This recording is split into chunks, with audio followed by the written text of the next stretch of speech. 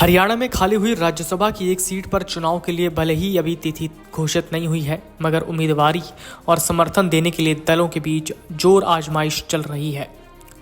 भाजपा के खिलाफ साझा उम्मीदवार उतारने के लिए जजपा की ओर से आए सुझाव पर हुड्डा ने कहा कि यदि दुष्यंत व उनके भाई दिग्विजय राज्यसभा चुनाव में उम्मीदवार बनते हैं तो उन्हें समर्थन देने के बारे में सोच सकता हूं।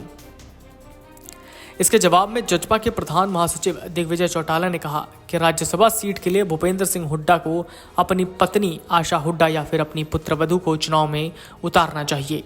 राज्यसभा की इस सीट पर तो भूपेंद्र हुड्डा अपने परिवार का हक समझते हैं और इसलिए उन्होंने कुमारी शैलजा की सीट छीनकर दीपेंद्र को दिलवाई थी।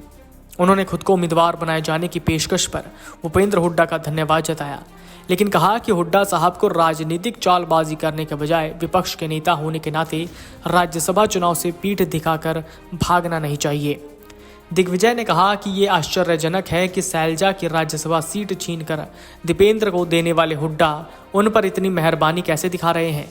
दरअसल कुछ दिन पहले दुष्यंत चौटाला ने कहा था कि यदि कांग्रेस किसी प्रतिष्ठित खिलाड़ी को चुनाव में उतारती तो वो कांग्रेस को समर्थन दे सकते हैं।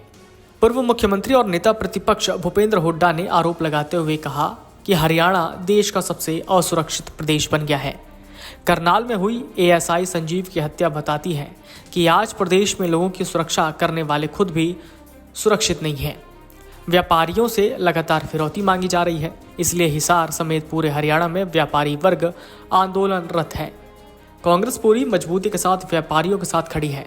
कांग्रेस ने पिछले कार्यकाल के दौरान बदमाशों को हरियाणा छोड़ने पर मजबूर कर दिया गया था और प्रदेश के 10 साल शांतिपूर्ण तरीके से गुजरे थे।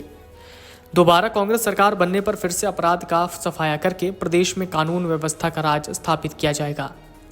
विधानसभा चुनावों से जुड़े सवाल पर हुड्डा ने कहा कि कांग्रेस पूरी तैयार है। टिकट बंटवारा सर्वे के आधार पर होगा और मजबूत व जिताऊ उम्मीदवारों को ही टिकट मिलेगी। भूपेंद्र हुड्डा ने शनिवार को अपने निवास पर मीडिया से बातचीत में कहा कि भाजपा सरकार का मतलब फ्लॉप योजनाओं का अंबार है। सीएम विंडो, हरपथ ऐप, क्षतिपूर्ति पोर्टल, मेरी फसल मेरा ब्यौरा, family ID, property ID, e tendering और आयुष्मान समेत सभी योजनाएं बुरी तरह विफल साबित हुई।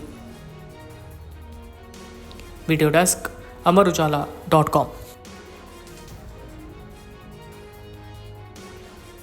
अगर आप ये वीडियो YouTube पर देख रहे हैं तो हमारे चैनल को सब्सक्राइब करें और बेल आइकन को दबाना ना भूलें। अगर आप Facebook पर ये वीडियो देख रहे हैं तो हमारे पेज को लाइक करें।